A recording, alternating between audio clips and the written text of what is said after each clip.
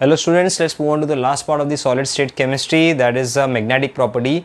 I hope everyone is aware of the term paramagnetic, diamagnetic substance and ferromagnetic substance, but थोड़ा सा एक बार इसको revise कर लेते हैं. First of all, from physics we came to know one very important point, that a moving charge particle creates a magnetic field around itself, and we know that electrons are moving charge particles, so they create a magnetic field around themselves. Okay, and when those substances which have electrons creating a magnetic field is placed in the external magnetic field, those substances behave in a different manner. Either they are attract feebly in that magnetic field, okay, either they are strongly attract in the magnetic field, और इतना strong हो जाएगा कि आप magnetic field निकाल दोगे तो भी वो एक magnet की तरह behave करने लगेगा. Okay, to do study those type we need to understand the behavior of electrons. So electrons are tiny charged particles, they are moving charged particles, they create magnetic field around themselves. Okay, now in case of solids, electrons have two kind of motions. In an atom it has two kind of motions. We know that one of the atom is around its axis called as spin motion, and one is around the nucleus, that is called as orbital motion. So electron is moving in two manners, spin and orbital. तो दोनों जगह वो magnetic field create करेगा. One is called as spin magnetic movement and second will be called as orbital magnetic movement. So electron is creating two type of magnetic movement, spin क्योंकि वो खुद के axis पे मूव हो रहा है, moving charge particle, और nucleus पे मूव हो रहा है. तो ऑर्बिटल मैग्नेटिक मूवमेंट और spin magnetic movement. But orbital magnetic movement is suppress because solids में बहुत सारे एटम्स एंड इलेक्ट्रॉन्स दूसरे के बहुत क्लोज रहते हैं. The particles are very very close to each other. So since they are very close to each other, what will happen, they will suppress the orbital movement of one particle with the another particle. तो orbital magnetic movement suppress हो जाता है. तो हम लोग सिर्फ किसी भी सब्सटेंस का स्पिन मैग्नेटिक मूवमेंट ही कैलकुलेट कर पाते हैं. और स्पिन मैग्नेटिक मूवमेंट कैलकुलेट करने का फॉर्मूला है under root of n into N plus two, where n stands for number of unpaired electrons. मतलब फॉर एग्जाम्पल मुझे Fe3+ का स्पिन मैग्नेटिक मूवमेंट कैलकुलेट करना है, तो Fe3+ के बारे में बात करेंगे. तो Fe atomic number 26, it is argon 4s2 3d6, ये इसका इलेक्ट्रॉनिक कॉन्फ़िगरेशन है. +3 का चार्ज है, मतलब 3 इलेक्ट्रॉन लॉस किया, 2 s से 1 d से, so it becomes argon 3d5, मतलब इट हैज 5 अनपेयर्ड इलेक्ट्रॉन. तो फॉर्मूला क्या है, that spin magnetic movement will be equal to under root of n into N plus two, where n stands for number of unpaired electron. Number of unpaired electron कितना मिला आपको, 5. तो it is 5 into 5 plus 2, तो ये हो जाएगा 7, 5 35. Root of 35 is close to root of 36, मतलब इसका आंसर कुछ 5.8 या 5.9 BM होगा. BM stands for bore magneton, जो उसका यूनिट है, स्पिन मैग्नेटिक मूवमेंट का जो यूनिट है. So you have to remember, this is how you will calculate spin magnetic movement, because orbital magnetic movement is suppress. Now magnetic substance are of 1 2 3 4 5 different types. Okay, the first is diamagnetic substance. Diamagnetic मतलब जो magnetic field में weekly repelled हो गए.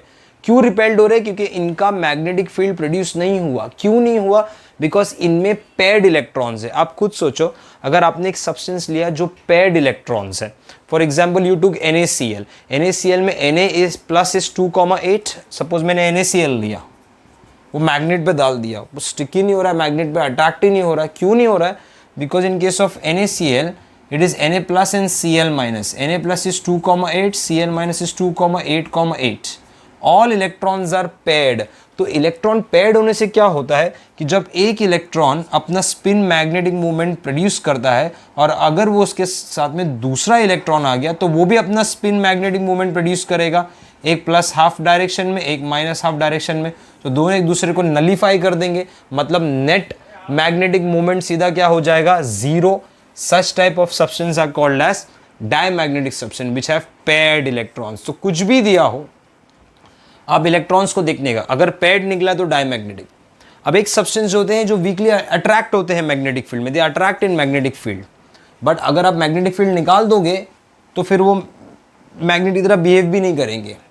तो they have very less magnetic property. They are called as paramagnetic, but they are attracted in magnetic field. Why?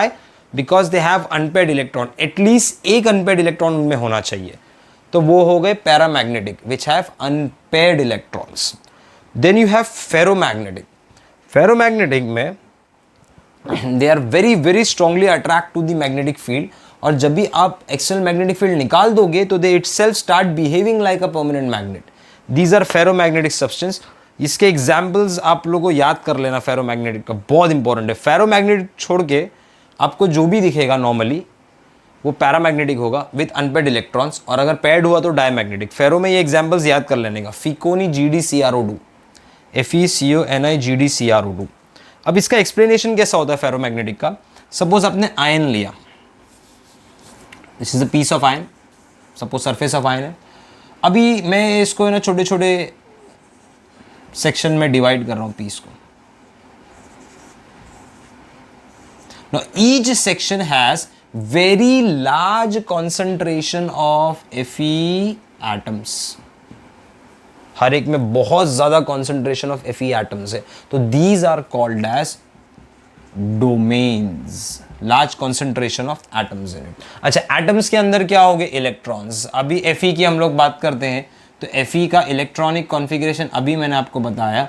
Fe is argon 4s2 3d6, मतलब इसके बाद normal state में 4 अनपेयर्ड इलेक्ट्रॉन्स है। अब यहाँ पर large concentration, millions and trillions of Fe atoms है, और हर एक के अंदर 4 अनपेयर्ड इलेक्ट्रॉन्स है। ठीक है, now what will happen when this Fe is not under magnetic field? जब वो मैग्नेटिक फील्ड में नहीं है तो इसके जो 4 अनपेयर्ड इलेक्ट्रॉन्स हो गए हर एटम के, वो इस तरीके से डायरेक्ट हो गए कि वो एक दूसरे को नलीफाई कर देंगे। मतलब याद रखना, ये सारे सेक्शन डोमेन्स है। Domains are large concentration of atoms which have large concentration of unpaired electrons. In the absence of magnetic field, where there is no magnetic field, ये सब के डायरेक्शंस रैंडमली होंगे और एक दूसरे को वो नलीफाई कर देंगे। तो रैंडमली होगा और दूसरे को नलीफाई करने की वजह से ये मैग्नेटिक प्रॉपर्टी नहीं बता रहा है। But when they are kept under magnetic field, अब हर एक डोमेन में एटम्स होंगे और उनमें इलेक्ट्रॉन्स होंगे जो अपने आप को ट्राई करेंगे to direct themselves in the external magnetic field. They are trying themselves to external magnetic field. मतलब मैं बोल सकता हूं कि हर डोमेन में, फेरोमैग्नेटिक सिस्टम में, almost every domain has a direction towards the external magnetic field like this. Therefore they are very very very strongly attracted in the magnetic field, and when you remove the magnetic field they start behaving like a magnet up to the Curie temperature. Curie temperature के ऊपर आपने heat किया तो they will lose their magnetism. ठीक है, they will lose their ferromagnetic property. For example, Curie temperature एक ऐसा temperature होता है जिसपे आप हीट करने से सब्सटेंस की मैग्नेटिक प्रॉपर्टी लॉस हो जाती है। नॉर्मली वो सब्सटेंस पैरामैग्नेटिक में कन्वर्ट हो जाते हैं। जैसा अगर मैं क्यूरी टेम्परेचर बात कर रहा हूँ कॉपर की, तो कॉपर का अराउंड 360 डिग्री सेल्सियस है। इसके ऊपर हीट कर दोगे तो इसका फेरोमैग्नेटिक प्रॉपर्टी लॉस हो जाएगा। Okay, then you have Fe के लिए 770 डिग्री सेल्सियस, इसका फेरोमैग्नेटिक प्रॉपर्टी लॉस हो जाएगा। That is called as Curie temperature. फिर फेरोमैग्नेटिक की बात में एंटी फेरोमैग्नेटिक। एंटी फेरोमैग्नेटिक में क्या होता है?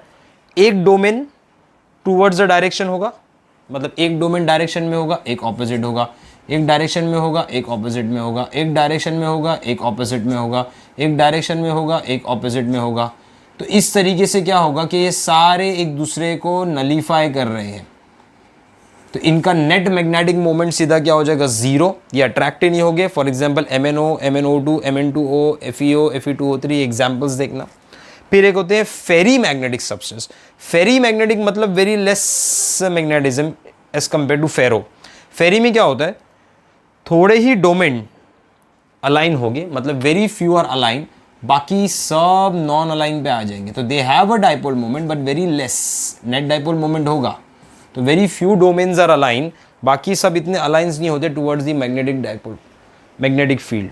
For example Fe3O4, Zn, Fe2O4, MgFe2O4, these are example of ferrimagnetic. So we have ferromagnetic, large concentration of unpaired electron, domains are aligned, Ficoni GdCrO2. We have anti-ferromagnetic, zero ferromagnetic, paramagnetic, unpaired electrons, attract in magnetic field, diamagnetic, repel in magnetic field. This is how you will calculate dipole moment. Plus remember Curie temperature एक ऐसा temperature होता है जिसके ऊपर heat करने से उनकी magnetism loss हो जाती है, जैसा कॉपर का 360 मैंने बताया है, Fe का 770, इनकी फेरोमैग्नेटिक प्रॉपर्टी लॉस हो जाएगी और normally they get convert into paramagnetic substance normally. For example V2O3 anti ferromagnetic substance है. V2O3 is a kind of anti-ferromagnetic substance. They convert to paramagnetic at 150 Kelvin. मतलब अगर मैंने anti ferromagnetic की बात किया V2O3, इसको हीट करोगे 150, ठीक है, हीट करने पे तो ये कन्वर्ट हो जाएगा सीधा पैरामैग्नेटिक सब्सटेंस. ओके, सीधा एंटी से ये कन्वर्ट हो जाएगा पैरामैग्नेटिक स्टेट एट 150 केल्विन पे. ठीक है, टेम्परेचर बहुत कम है 150 केल्विन पे. अब फेरी मैग्नेटिक सब्सटेंस क्या हो जाएगा. अब फॉर एग्जांपल मैंने एक एग्जांपल लिया है Fe3O4 का, this one Fe3O4 ferri magnetic substance है. इसको 850 केल्विन पे, मतलब Fe3O4 को आपने 850 केल्विन पे, 850 केल्विन पे हीट किया तो वो कन्वर्ट हो जाएगा पैरामैग्नेटिक सब्सटेंस में. तो याद रखने का, V2O3 का एग्जाम्पल दिया है, इसका एग्जाम्पल दिया है, क्यूरी टेम्परेचर आपको बताया है जहाँ पर मैग्नेटिक प्रॉपर्टी इनकी लॉस हो जाती है, जैसा कॉपर का 360 है, Fe का 770 है and all that. So this is all about the magnetic properties. Make note of everything and chapter finish हो गया है. कुछ एक्स्ट्रा पॉइंट्स है उसके लिए मैं अलग से वीडियो बना के आपको भेजूंगा. Okay, till then take care.